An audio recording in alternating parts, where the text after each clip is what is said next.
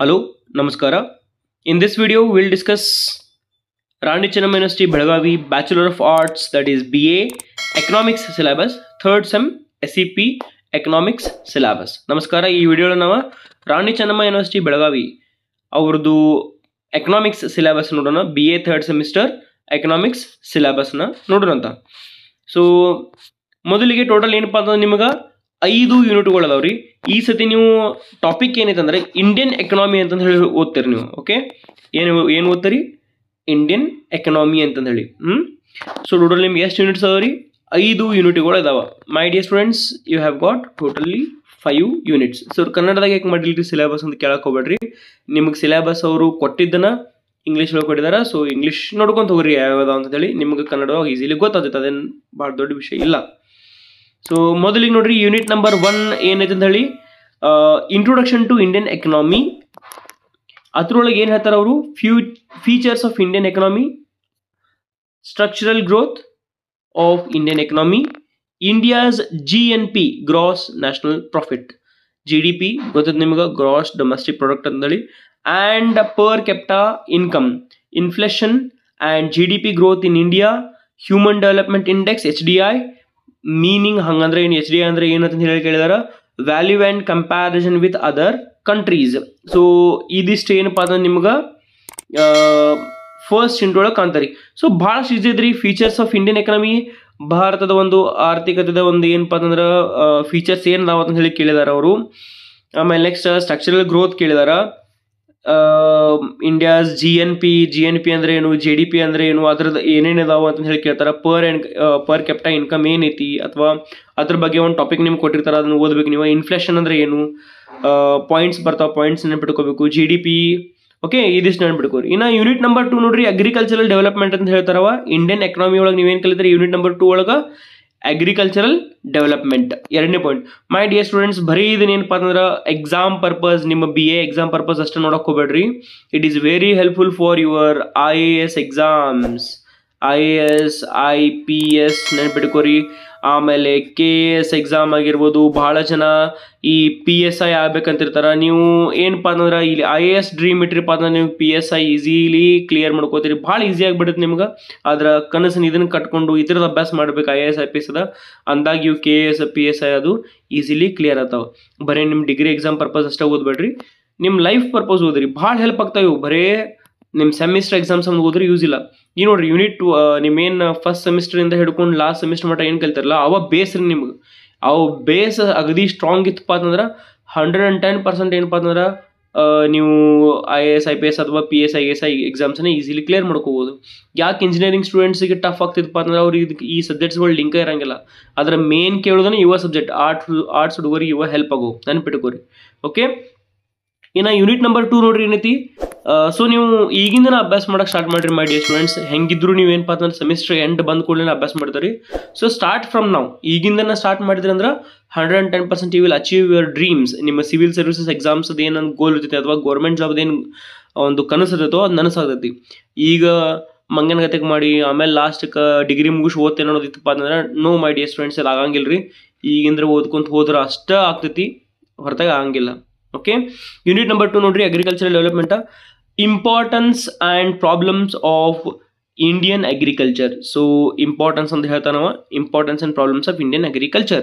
Next causes of low agricultural productivity. ಯಾಕೆ ನಮ್ಮಲ್ಲಿ ಅಗ್ರಿಕಲ್ಚರ್ದ productivity ಕಮ್ಮಿ ಐತಿ, ಬೆಳವಣಿಗೆ ಅಥವಾ ಪ್ರಾಡಕ್ಟ್ ಏನು ನಾವು ಏನು ಉಳ್ತೀವೋ ಆ ಥರದ ಒಂದು ಇಳುವರಿ ಯಾಕೆ ಕಮ್ಮಿ ಐತೆ ಅಂತ ಹೇಳಿ ನಾವು ನೋಡಬೇಕು. Importance and problems of Indian agriculture.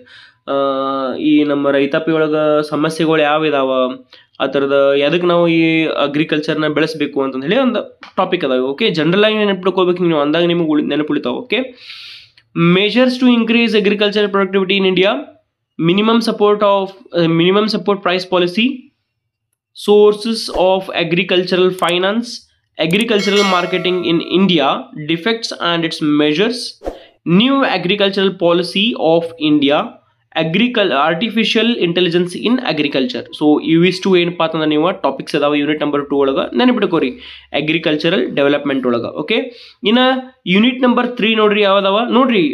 Economy students ನೀವು ಇಂಡಿಯನ್ ಎಕಾನಮಿ ಒಳಗೆ ಕಲಿತೀರಿ, ಹಂಗಂದ್ರೆ ಏನು ಕಲಿತೀರಿ, ಅಗ್ರಿಕಲ್ಚರ್ ಡೆವಲಪ್ಮೆಂಟ್ ಹೆಂಗೆ ಆಗಬೇಕು ಅಂತ ಗೊತ್ತೈತಿ, ಇಂಡಸ್ಟ್ರಿ ಬಗ್ಗೆ ಕಲಿತೀರಿ, ಇಂಡಿಯನ್ ಬ್ಯಾಂಕಿಂಗ್ ಮತ್ತು ಫೈನಾನ್ಸ್. ಅಂದ್ರೆ ಇವೆಲ್ಲನೂ ಏನಪ್ಪ ಅಂದ್ರೆ ನಿಮ್ಗೆ ಜಿ ಕೆ ಒಳಗೆ ಕ್ವಶನ್ಸ್ ಆಲ್ಮೋಸ್ಟ್ ಅಲ್ಲಿ ಎಕನಾಮಿಕ್ ಪಾರ್ಟ್ ಒಳಗೆ ಇದನ್ನ ಕೇಳಿರ್ತಾರೆ ಮಾಡಿ ಸ್ಟೂಡೆಂಟ್ಸ್. ಇವೆಲ್ಲ ಬೇಸಿಕ್ ರೀ.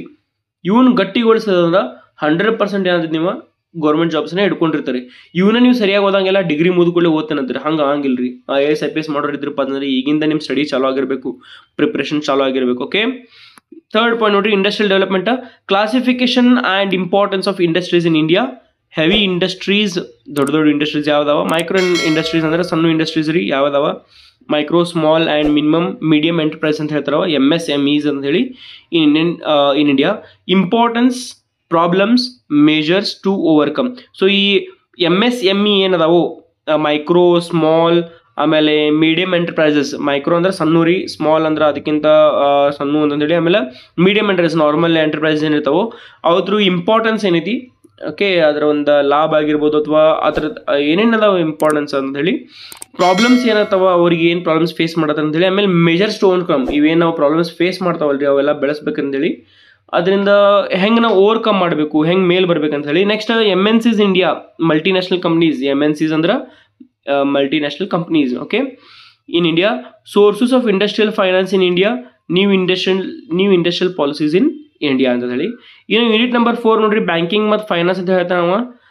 ಬ್ಯಾಂಕಿಂಗ್ ಮತ್ತು ಫೈನಾನ್ಸ್ ಸೆಕ್ಟರ್ ಒಳಗೆ ಎಕನಾಮಿದು ಏನು ಪ್ಲೇ ಮಾಡಬೇಕೈತಿ, ಅದ್ರಾಗ ನೀವು ಏನು ಸ್ಟಡಿ ಮಾಡ್ತಾರಂದ್ರೆ, ಫಸ್ಟ್ ಒನ್ ಈ structure of banking system, function of reserve bank of India and its monetary policy, banking sector reforms in India, demonetization, meaning, history and its impact on Indian economy, sources of public revenue, tax and non-tax revenue, public expenditure, meaning and causes of rapid growth of public expenditure, public debt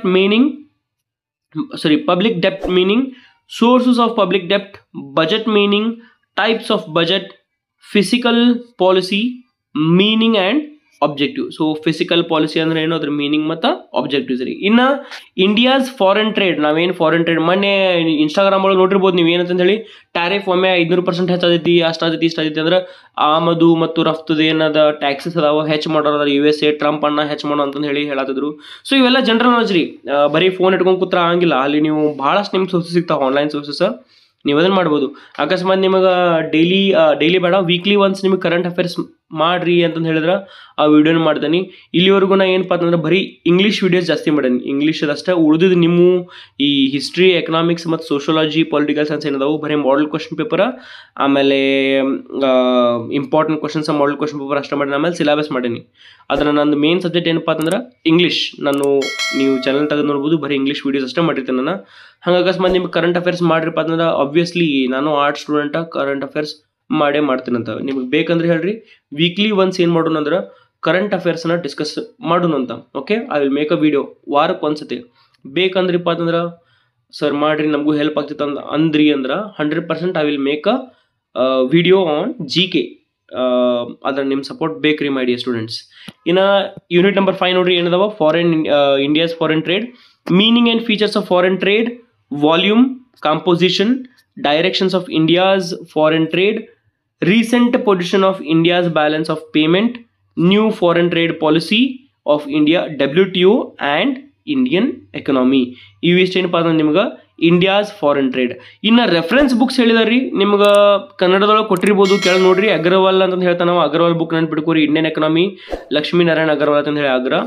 ಇವೆದಾವು Kannada ಒಳಗೆ ನೋಡೋಣ ತಡ್ರಿ ಯಾವ್ದಾವ ಅಂತ ಹೇಳಿ. So ಕನ್ನಡದೊಳಗೆ ಇಲ್ಲಿ ಕೊಟ್ಟಾರ ನೋಡ್ರಿ, Kannada medium book HRK ಅಂತಂದು ಹೇಳಿ ಕೊಟ್ಟಾರ ನೋಡ್ರಿ. ಕನ್ನಡ ಮೀಡಿಯಂ ಬುಕ್ ಅಂದ್ರೆ ಒಂದೇ ಐತಿ, ಯಾವುದು HRK ಅಂತಂದೇಳಿ. ಅದು ನೀವು ಚೆಕ್ ಮಾಡಿರಿ, ಸರ್ಚ್ ಮಾಡಿರಿ ಅದನ್ನ. ಆಮೇಲೆ ಆ್ಯನ್ಯುವಲ್ ರಿಪೋರ್ಟ್ಸ್ ಅನ್ನು MSME ಇವೆಲ್ಲ ಸೋರ್ಸಸ್ ಅದಾವ. ಇವು ಇಷ್ಟು ನೀವು ಕನ್ನಡದೊಳಗೆ ಇಲ್ಲಿ ಬರೀ HRK ಅಂತಂದು ಹೇಳಿ ಅಟ್ಟ ಹೇಳಿದಾನ, HRK ಕನ್ನಡ ಮೀಡಿಯಂ ಬುಕ್ ಅಂತ ಹೇಳಿ, ಅದನ್ನ ಬಿಟ್ಟು ಮತ್ತೆ ಯಾವುದಿಲ್ಲ. ಸೊ ಎಸ್, ಇವಿಷ್ಟು ಏನಪ್ಪ ಅಂತಂದ್ರೆ ನಿಮ್ಗೆ ಸಿಲೆಬಸ್ ಐತಿ. ನಾ ಹೇಳಿದ್ದು ನಿಮ್ಗೆ ವಿಡಿಯೋ ಅರ್ಥ ಆಗಿತ್ತಪ್ಪ ಅಂತಂದ್ರೆ ಶೇರ್ ಮಾಡಿರಿ, ಸಬ್ಸ್ಕ್ರೈಬ್ ಮಾಡಿರಿ, ಲೈಕ್ ಕೊಡೋದನ್ನ ಮರ್ಯಾಕೆ ಹೋಗ್ಬೇಡ್ರಿ ಮೈ ಡಿಯರ್ ಸ್ಟೂಡೆಂಟ್ಸ್. ಹಂಗೆ political science, basic English, sociology, history ಅಷ್ಟುದ್ರ ಮೇಲೆ ಏನಪ್ಪ ಅಂದ್ರೆ ನಾನು ವಿಡಿಯೋನ ಮಾಡಿದ್ದೀನಿ. ನೀವು ಅದನ್ನು ನಮ್ಮ ಚಾನಲ್ ಒಳಗೆ ನೋಡ್ಬೋದು. See you all in the next video.